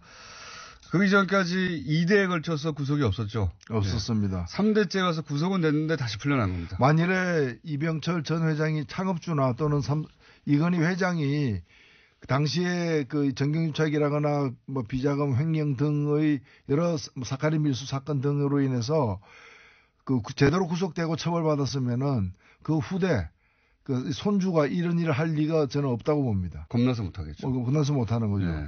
근데 그때 다 풀려나는 걸 한 번도 제대로 구속도 안 되는 걸 봤기 때문에 이런 겁없이 이런 우리 집안은 된다 이거예요. 해도 이런 거. 왜냐하면 국어 삶으면 된다 어딘지는 모르겠어요. 국어 삶으면 된다. 몇몇이 이혼은 집안의 가훈이에요. 국어 삶으면 다 돼. 예. 이때가 다 통했고요. 이번에도 통한 거죠. 그리고 최순실 판결이 중요한 게 아니라 최순실이 18년을 받든 22년을 받든 사실 중요하지 않습니다. 이제. 네. 그 안에 들어있는 삼성전자 이재용 부회장이 어떤 법적 판단을 받느냐인데 이번에 판결을 그대로 우리가 존중한다 하더라도 납득될 수 없는 건 뭔가 하면 그러면 오로지 그 강압만 있었고 자기들이 뇌물을 줘야 될 이유가 없었고 예. 또 청탁도 하지 않았다는 거 아닙니까? 그렇죠. 승계 작업도 없었고. 예, 그러면은 정유라에게 36억어치의 말은 왜 줬느냐라는 거죠. 총 72억을 왜 줬냐는 거예요. 예. 그러니까 뇌물인데. 줄 이유가 없는데 줬다는 거. 그거는 이제 재판부의 논리는 그 이재용 2심 재판부의 논리는 대통령이 무서워서 줬다는 거 아닙니까? 주라고 그래가지고. 대통령. 그러면은 뇌물죄가 적용이 안 돼야죠. 정유라에게 준 것은 뇌물죄가 아니고 뺏긴 거죠. 뺏긴 거죠. 네. 강탈당한 거니까 그러니까요. 피해자죠. 그러니까 피의자가 그 돈을 아니라. 돌려받아야 돼요, 그냥. 그렇죠. 뇌물이 아니고. 네. 그 논리대로면 대통령이 때린다 그러니까 무서워서 준 거 아니에요. 비행을 뜯겼다라고 법률 용어로 써줘야 됩니다, 이거는. 그리고 SK에 대해서도 이상한 말을 만들어냈어요. 그래서 이게 말이 안 되니까 요구형 뇌물이라고 하는 처음 듣는 단어를 만들어냈어요. 2심 재판부에서. 이재용. 이게 뇌물은 뇌물인데 저쪽에서 요구를 막 하니까 할 수 없이 준 뇌물. 이걸 만들어냈어요. 아니요. 그거는 요구를 했다 하더라도 예. 아니 뇌물 요구하는 경우가 얼마나 많습니까? 그러니까요. 그 요구를 받았다 하더라도 그것이 예를 들면 포괄적 뇌물죄라는 것이 구체적인 청탁이 없어도 네. 뇌물을 준 결과로서 향후에 어떤 대가를 받을 가능성이 있을 경우에는 포괄적 뇌물죄를 광범위하게 인정하거든요. 그건 이미 전두환 때 만들어진 거 아닙니까? 예. 그것도 지금 적용을 안 시킨 거죠. 이게 모든 건 그냥 삼성이라서 그런 거예요, 삼성. 막 법리로 막 해석하고 뭐 언론들이 막, 마치 그럴 수밖에 없는 특별한 법리적 사유가 있는 것처럼 써주는데 그냥 삼성이라서 그런 거 아닙니까? 해설 이유, 기사를 쓸 때 그냥 그렇게 쓰면 돼요. 삼성이라서. 복잡하게 쓸 게 아니라. 그런데 지금 이 최순실 판결 관련해서도 그 가운데 빠져나간 이재용 부회장에 대한 기사는 없어요, 잘. 네. 결국은 이재용 부회장이 빠져나간 건데, 이 재판의 핵심이. 저는 대법 판결이 남아있기 때문에. 네. 지금 이재용 부회장은 석방됐다기보다는 귀휴 상태다. 다시 돌아갈 것이라고 봅니다. 또 그래야 정의가 삽니다. 잠시 며칠 나온 겁니까, 외박? 예. 네. 좋습니다. 그렇게 생각하도록 하죠. 외박은 나왔을 뿐이다. 올림픽 얘기도 좀 해볼까요? 예. 그 가면 논란은 어떻게 보십니까? 어제 저희 하태경 저는 그 현장에 있었어요. 네. 저는 현장에 있었던 사람이고 하태경 의원은 현장에 없었던 사람이에요. 제가 그날 길이 막힐까 봐 좀 일찍 갔어요. 네. 일찍 가가지고 바로 북한 응원단이 네. 경기장의 직사각형이잖아요. 네. 관중석의 4군데 다 나눠서 두 줄씩 앉았어요. 제가 보는 정면에 그분들이 앉아가지고 네. 했는데 갑자기 그 가면을 썼는데 그냥 그 가면이 뭔가 하면은 얼굴 사이즈보다 훨씬 커요. 그래서 그 가면을 착용하는 순간 몸이 아주 이제 그 불균형으로 인한 그로테스크한 그래서 재밌으라고 하는 누가 거죠. 보더라도 웃음을 자아내는 얼굴이 누구만큼 제 옆에 있는 누구만큼 큰 예, 그런 사이즈. 그 정도는 안 큽니다, 제가. 예. 그러니까 몸은 이제 미들인데 네. 얼굴은 XX 라지 정도 되는 그런 거여가지고 다들 웃었어요. 보자마자. 근데 그때는 예. 그 문재인 대통령 부부랑 김영남, 김여정 북한에서 온 분들 네. 그분들이 도착하기 전이었어요. 아하. 그러니까 그분들 보라고 무슨 누구 어린 시절 나는 꿈에도 생각 안 했어요. 나는 오뚜기 얼굴처럼 보였고. 오뚜기 얼굴. 예. 그랬는데 그걸 가지고 김일성 어릴 때 얼굴이다. 네. 김일성은 기본적으로 찬양의 목적으로만 쓸 수 있는 거 아닙니까? 만약에 네. 썼다고 하면.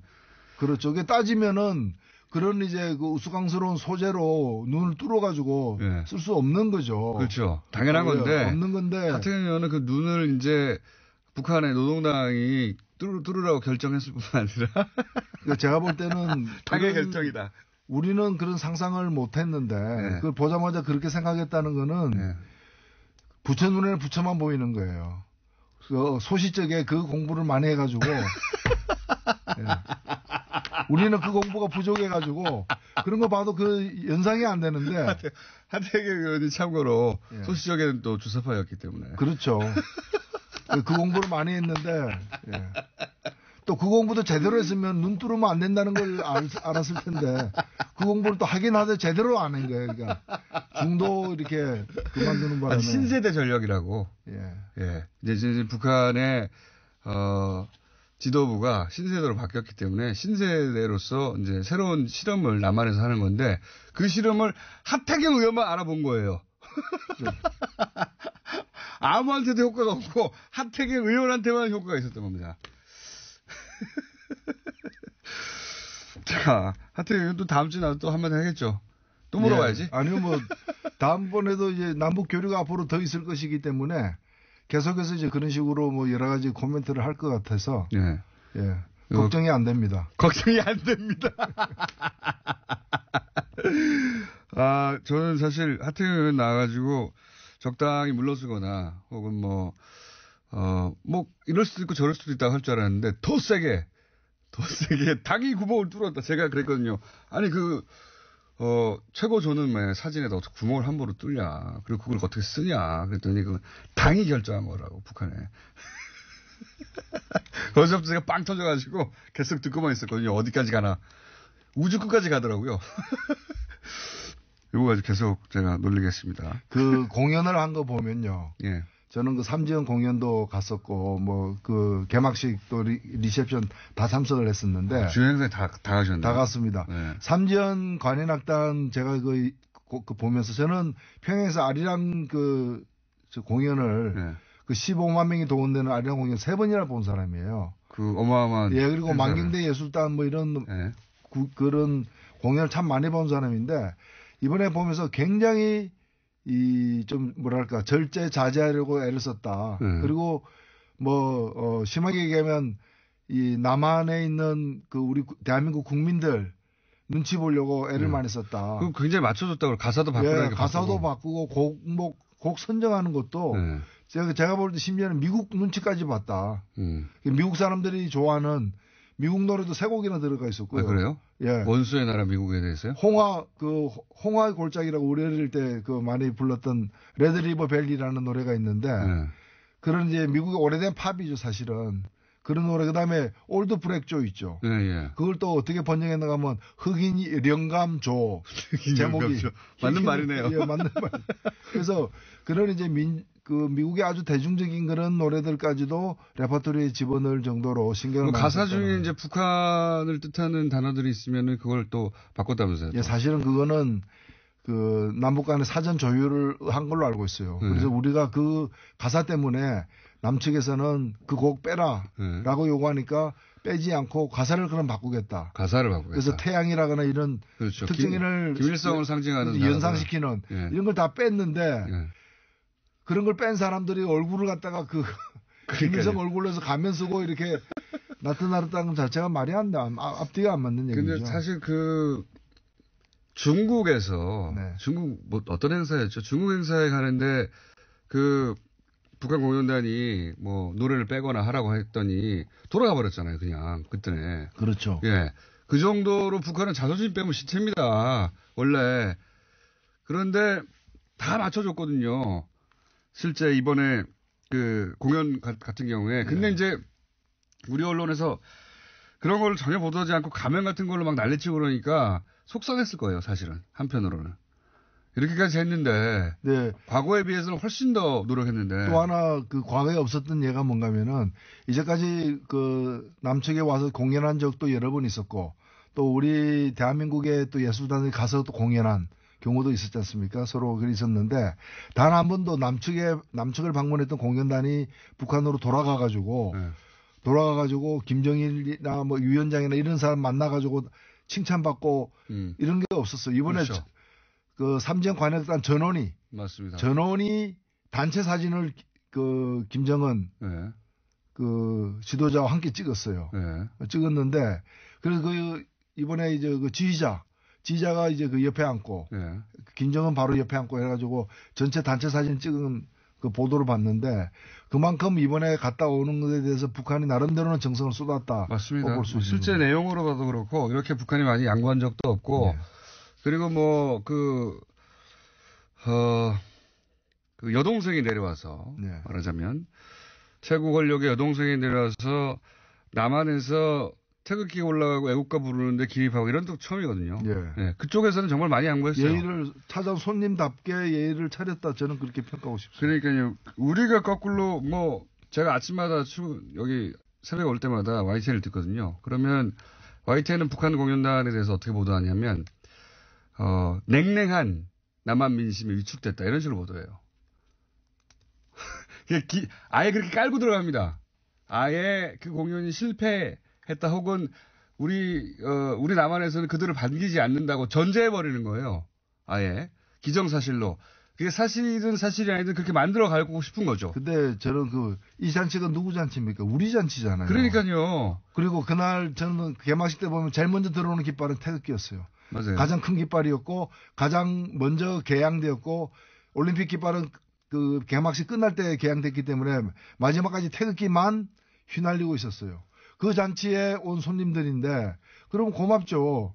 그 단일기는 맨 마지막에 나왔어요. 그 태극기가 개양이 안 된다고 난리가 났었잖아요. 그때. 단일기가 개양이 안 됐죠. 그러니까요. 거꾸로. 단일기는 몇 분 나오지도 않는데 그거 하면은 평양 올림픽이라고 어찌나 난리를 쳤던지 그거 보면서 저는 화가 났었어요. 자, 이거가 오면 평양 올림픽이 된다고 그렇게 난리를 쳤다고. 이거 말도 안 되는 소리를 2시간 가까이 그 체제 선전은 대한민국 체제 선전한 거죠.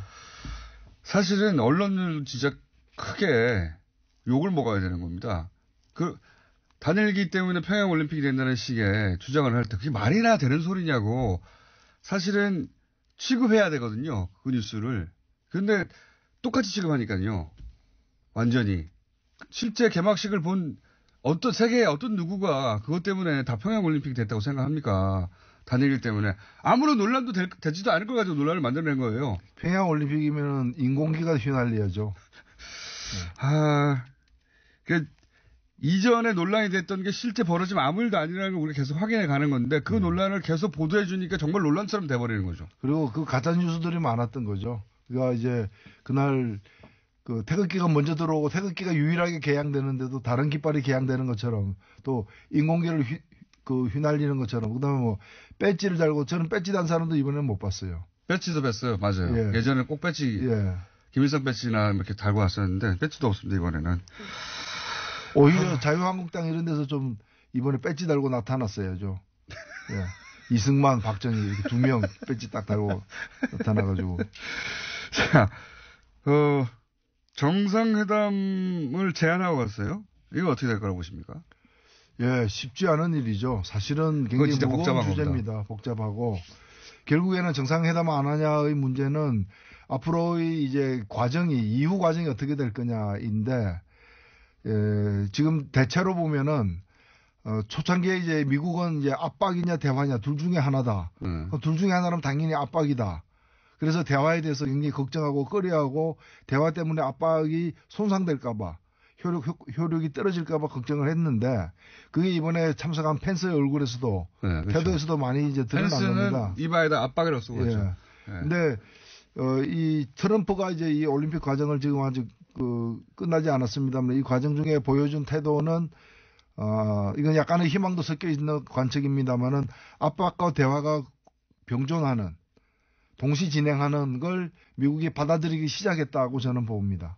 왜냐하면 압박 없이 대화만 가는 거는 일단은 불가능해요. 그리고 서로가 조건이 있기 때문에 예를 들면 핵 동결할 거냐 핵이라도 동결해야 뭘 안 한다라고 저기서는 군사훈련 안 해야 뭘 한다거나 이런 식으로 조건과 조건이 이제 엮이기 때문에 진행이 하나도 안 되죠. 압박과 대화가 병행한다면은 중간 어느 지점에 그 정상회담이 있을 거고 그 정상회담이 8월이냐 아니면은 구구절 이번에 신년사를 잘 볼 필요가 있는데 신년사에 2개의 큰 사건을 얘기했어요.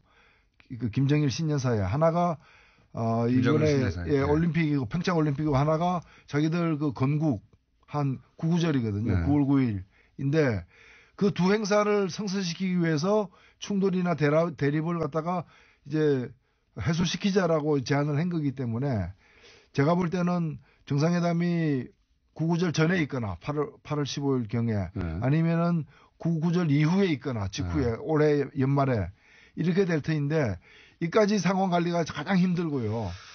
엄청난 방해가 있겠죠. 그렇죠. 그래서 일단은 대략 중간 목표는 핵 동결로 그리고 최종 목표는 핵 제거, 비핵화로 가는 이 험난한 과정을 어떻게 운전해서 갈 거냐.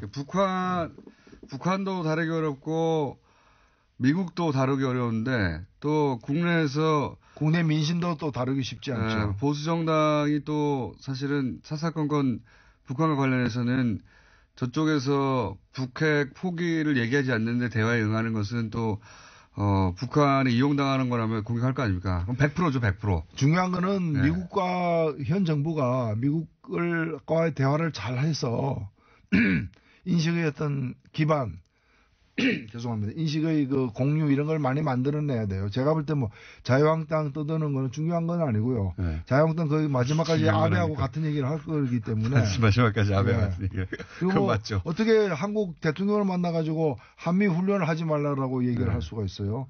자기가 한미 중에 어디예요? 그러면 자기가 한국이에요, 미국이에요.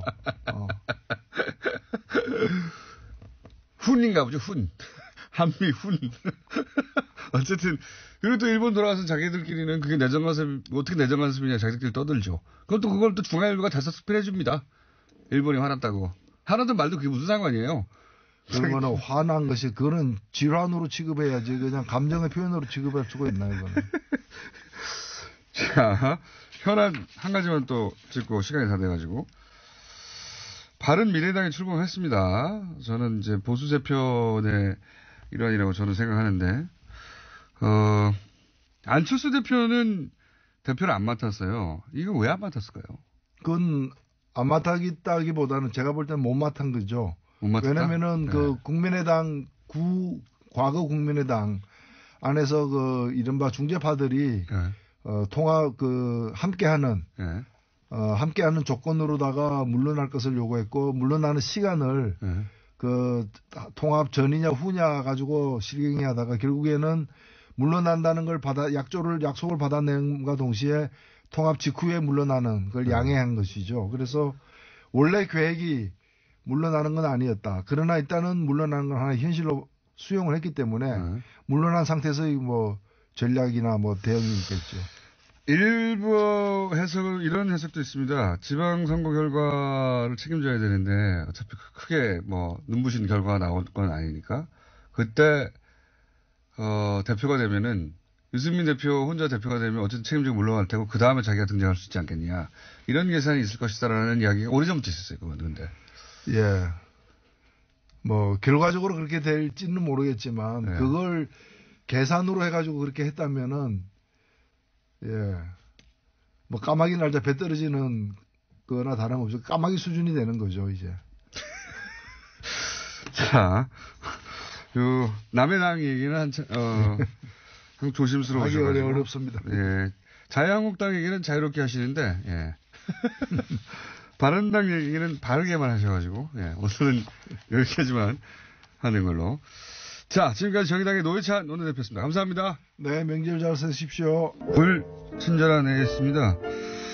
하태경 의원님 관련 후폭풍이 아직도 이어지고 있네요. 예. 하태경 의원 관련 문자가 오늘도 옵니다. 택시 기사인데요. 택시에 탄 손님들이 어제 하태경 의원 방송 얘기하네요.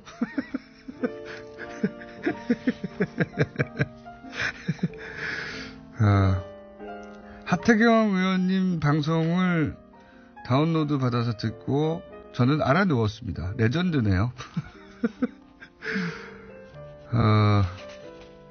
이런 문자도 있네요. 롯데 법무팀 무능하네요. 전부 자르고 삼성 법무팀을 교체하세요.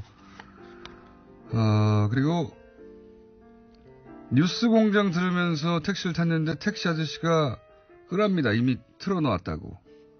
그래서 기사님과 사이좋게 들으면서 왔어요. 요즘 기사님들 중에 뉴스 공장 듣는 분들이 많습니다. 네. 삼성 이재용 부회장 집행유예 석방 혹자는 탈옥이라고 하죠.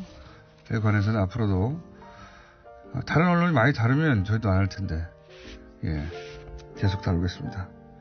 자, 여기까지 하겠습니다. 연합뉴스 박노황 사장이 임기가 한 달 남았는데 어제 사의를 표명했죠. 그런데 연합뉴스 노조는 해임 청원서를 냈습니다. 네. 사임 표명과는 무관하게 이미 해임 청원서를 제출했는데 이 이유가 뭘까요? 연합뉴스 노조 이주영 지부장 연결되어 있습니다. 안녕하세요. 예, 안녕하세요. 네. 해임을 노조가 요구하는 이유가 뭔가요? 박노황 사장의 해임 사유 네. 너무 많아서 솔직히 나열하기 어려울 정도인데요. 네. 첫째가 편집권 독립제도 파괴입니다. 언론에서 가장 중요한 걸 꼽자면 공정보도겠죠. 네. 공정보도를 하는데 가장 중요한 요건이 정치 권력으로부터 경제 권력으로부터 독립적으로 보도를 할 수 있도록 보장하는 편집권 독립제도일 겁니다. 네네. 연합뉴스가 2012년에 그 박노황 당시 편집국장 때부터 네. 자행되어 불공정 보도의 항의에서 103일 동안 공정보도 쟁취 파업을 해서 네. 강력한 편집권 독립 제도를 쟁취합니다. 그때. 바로 그렇죠. MB 시절에. 예. 예. 그때 KBS하고 같이 했고요. 편집인을 임원이 아니라 기자직 임면 동의 투표로 선임하는 편집 총국장이 맡는 강력한 편집 경영 분리제도였습니다. 네, 그런 제도를 만들어놨는데 박노항 사장이 2015년 3월에 취임하자마자 이틀 만에 일방적으로 그 제도를 폐지해버립니다. 그리고는 임면동의 투표가 필요 없는 편집국장 직무대행을 임명해서 3년 동안 지금까지 운영해온 겁니다. 아, 그러니까 꼼수를 썼네요. 직무대행을 써서. 그렇죠. 편집 3년 동안 연합뉴스에는 정식 편집국장이 없었습니다. 대단한 꼼수네요. 이게 예를 들어서 뉴스공장을 공장장 없이 3년 동안 운영해온 겁니다. 그러면 김은혜 뉴스공장장이 아니라 그분의 뉴스공장이 되는 건데, 그죠? 근데 그런 식으로 직무대행 체제를 유지해서 편법적으로 꼼수를 써서 이 제도를 완전히 무력화시켜버렸다. 예, 그렇죠. 뭐 뉴스공장 다른 직원들은 좋아할지 모르지만 정상적인 운영이 아니죠. 네, 그럴 수도 있습니다. 예. 제가 안 하면은 저희 스태프들이 좋아할 수도 있긴 한데. 자, 두 번째는 두 번째 이유는요. 예, 공정 보도의 공정성, 공영 언론으로서의 공공성 훼손입니다. 어쩌면 정식 편집국장 없이 운영된 당연한 결과라고도 볼 수 있고요. 이렇게 운영이 되다 보니까 분명히 이제 불만이 제기되고 이의가 제기될 텐데 박 사장은 이것을 틀어막기 위해서 각종 부당 노동 행위를 저지릅니다. 어떻게 합니까? 파업을 이끌었던 전 노조위원장을 하루아침에 지방으로 발령을 내버리고요. 보복 인사 발령. 예. 그리고 또 인사권을 남용해서 조합원들을 탄압해서 입을 틀어막은 겁니다. 알겠습니다. 정상적인 언론사로서는 있을 수 없는 일이 계속되어 온 거죠. 근데 그렇게 이제 비정상적인 운영을 해왔던 이유가 결국은 뉴스의 논조나 또는 뉴스가 친정권 혹은 뭐 이명박 박근혜 정권 시절에 정권 친화적인 혹은 뭐 정부의 비판적인 뉴스는 또 배제한다든가 뭐 하여튼 그러기 위해서 한 거 아니겠습니까? 실제 그런 예가 있습니까? 저희들이 반성문을 쓰고 해야 될 부끄러운 자화상인데요. 대표적으로는 역사 교과서 국정화 관련 보도가 있습니다. 2015년 11월에 역사 교과서 국정화 자체가 옳으냐 그르냐 논쟁이 되고 있는 상황에서 국정화를 기정사실화해서 그러면 어떻게 해야 좋은 국정교과서를 만들 수 있냐? 국정교과서에 비판하는 게 아니라 국정교과서는 당연한 것이고 당연한 거고 어떻게 하면 좋은 국정교과서를 만들 수 있냐라는 주제로 전문가들 재원을 듣는 역사교과서 재원 특집 시리즈를 내보냅니다. 아예 그냥 한마디로 정부의 정책에 뭐랄까요? 손발을 맞춰주는 수준이 아니라 맨 앞에 나서가지고 광고를 해주는 거네요. 말하자면. 정부의 역사 교과서 국정화 정책을 뒷받침하는 행위를 한 거죠. 이런 건 어떻습니까? 예를 들어서 그 최순실 박근혜 초기에 뭐랄까 연합뉴스가 그다지 힘을 못 썼어요. 못 썼는데 그 태블릿 특히 예를 들어서 그 굉장히 중요한 보도였던 태블릿 PC 보도도 제 기억으로는 연합에서는 당시 박근혜 정부 입장에 가까운 보도가 제법 있었어요. 그게 어떻게 된 겁니까? 일단 그렇게 편집국 독립이 무너지다 보니까 뭐 박근혜 최순실 국정농단 사태에서는 연합뉴스가 사실 제대로 된 보도를 하기 어려웠다고 스스로 내부적으로도 평가를 했습니다. 뒤늦게 뛰어들다 보니까 따라가기 좀 바쁜 면이 있었고 진실을 능동적으로 찾아서 선제적으로 보도하기보다는 해명 위주 보도라는 지적도 많았고요. 특히 그 태블릿 PC 같은 경우는 우리 연합뉴스가 하는 공적 기능 중에 국내 뉴스를 외국어로 내보내는 기능이 굉장히 강합니다. 그런데 그 외국어 뉴스를 책임지는 에디터가 그때 국가 이익에 도움이 되는 기사만 써야 한다는 그런 소위 애국 저널리즘 주장을 펴니다. 태블릿 PC의 경우에 그때 내린 지시 중에 뭐가 있냐면요. 기자들에게 태블릿 PC 조작설도 있다. 그러니 청와대 입장 위주로 보도하라. 이런 이게 참 말이 안 되는 얘기인데 그런 식으로 예. 하는 거군요. 예. 예. 아니, 연합뉴스 기사가 이상할 때가 있어요. 정말 이상할 때가. 예. 이게 연합뉴스 기자들 사실은 뭐 언론계 내에서도 워커홀릭으로 유명한데 리더십이 잘못되면 사실 이런 상황이 발생할 때가 있는데 그걸 못 막은 책임도 저희에게 있다는 거 인정하고요. 박노영 사장이 직접 기사에 개입한 경우도 있습니다. 아, 그래요? 예. 어떤 경우입니까? 이게 검찰이 이건희 회장 성매매 의혹 동영상 수사를 마무리하면서 이 회장이 의식불명 상태이기 때문에 기소 중지를 합니다. 내려서 조사하고 처벌할 수 없기 때문에. 이것을 우리 기자들이 단독 취재해서 기사를 올리는데요. 이 기사가 송고 안 되고 보류가 됩니다.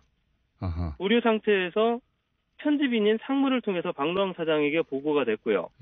박노영 사장이 사회부장에게 직접 전화를 합니다. 킬을 하라고. 그리고 이 기사는 킬이 됐고 훨씬 톤 다운되고 마사지된 기사가 하루 늦게 나갑니다. 역시 삼성이네요. 이 경우도. 예, 그렇죠.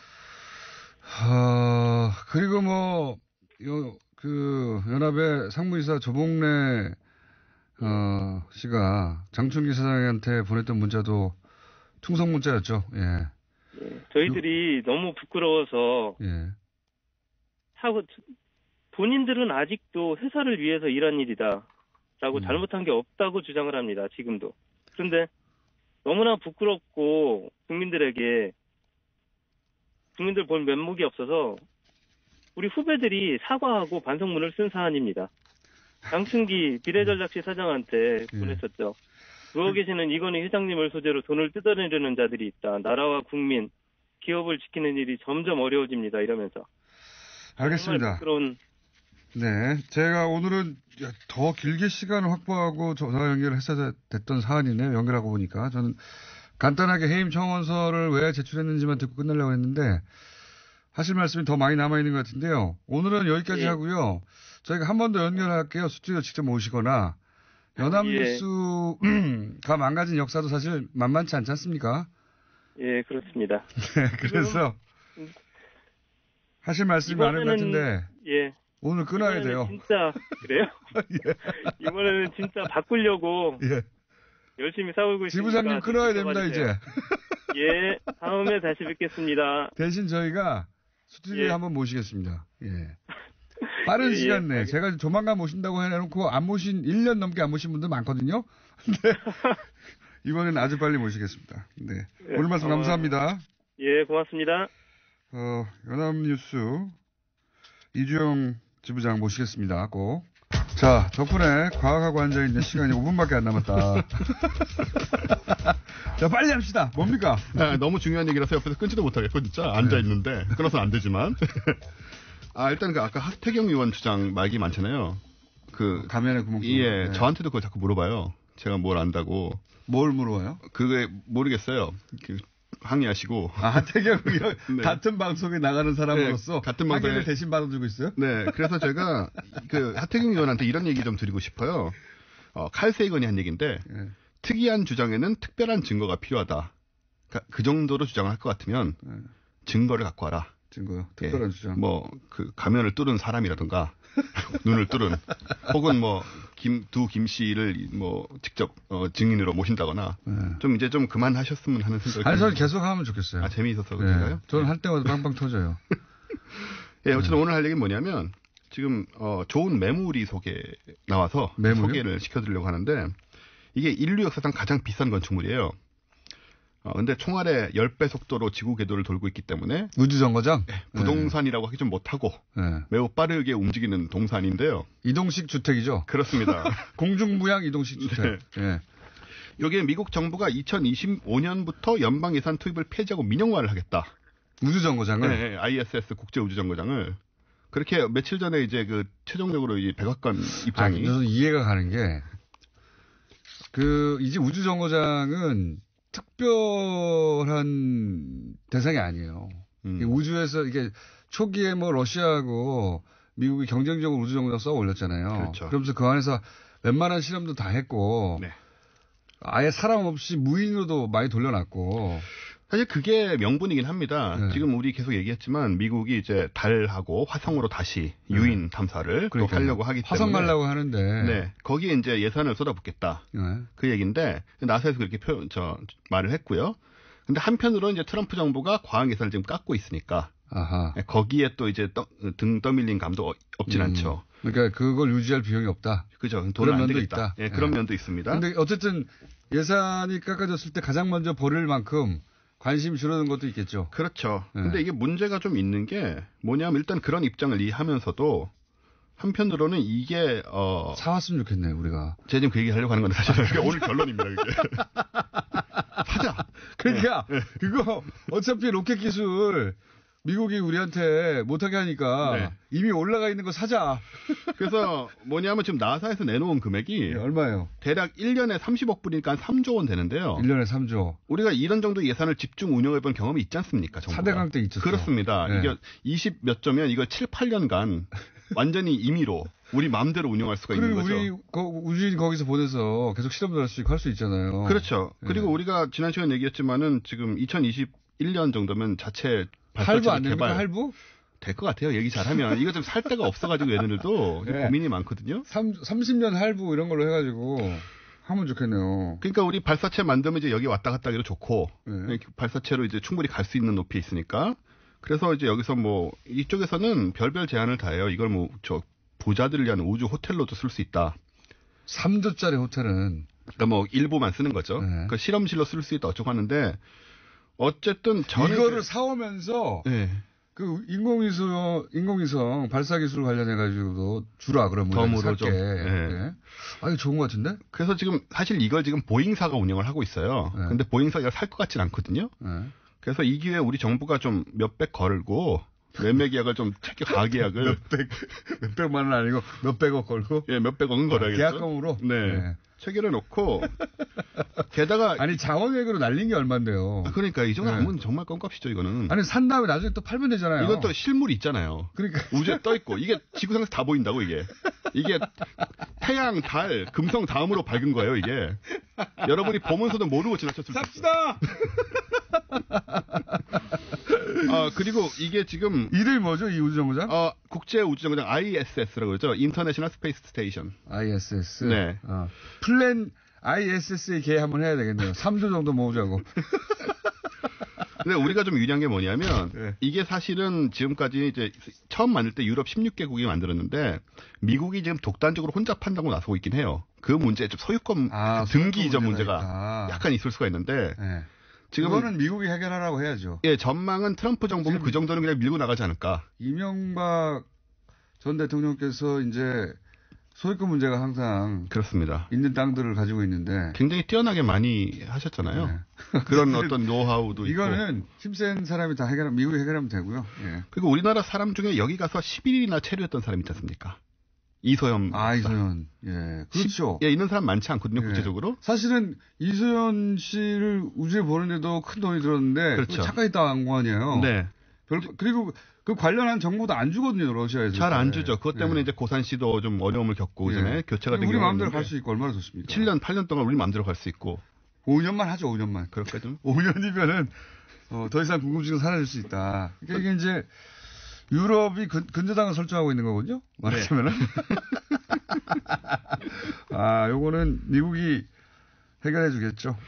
네, 그래서 요거를, 사실 좀 그런 부러움이 들 정도로 얘네들은 이걸 버리고 지금 달, 화성 이렇게 가고 있다는 얘기인데 우리는 다음 스텝으로 여러 가지 고민을 이제 많이 해봐야 된다. 그러니까 완전 진지하게. 구매는 불가능하고, 전용하는 거네요, 말하자면. 지금 상태에서는 그런 것 같은데, 그거는 이제 파는 쪽하고 좀 더 얘기를 해보면 좀 답이 나오지 않을까 생각이 되고. 어차피 이 정도 액수를 덜컥 살만한 국가. 그렇죠. 들은 대부분 자체적으로 로켓 기술이 또 있어요. 네. 네. 이걸 쏘고 있고. 지금 기업에 팔려고 하니 이게 사실 쉽지 않은 거죠, 이 금액을. 이 정도를 쓸 수 있는 국가들 중에 인공위성 기술이 아예 없거나 이런 나라가 별로 많지 않거든요. 별로 없습니다. 네. 우리가 굉장히 특이한 케이스예요. 그렇습니다. 미국이 못하게 해서. 게다가 우리나라가 사실 이거 98년도 초기에 사실 조금 참여를 하려고 했었어요. 이 16개국 중에. 상관없고요. 참여 안 하려고 했어도 상관없고. 그때 외환위기 때문에 또 중단되고. 삽시다. 좋은 기회입니다. 사는 걸로 결정하고요, 일단. 예. 일단 우리 둘이 사는 걸로 하고 어떻게 살지는 차차 생각해 봅시다. 자, 우주정거장 하나 사기로 했습니다. 원종호 씨였습니다. 감사합니다. 안녕!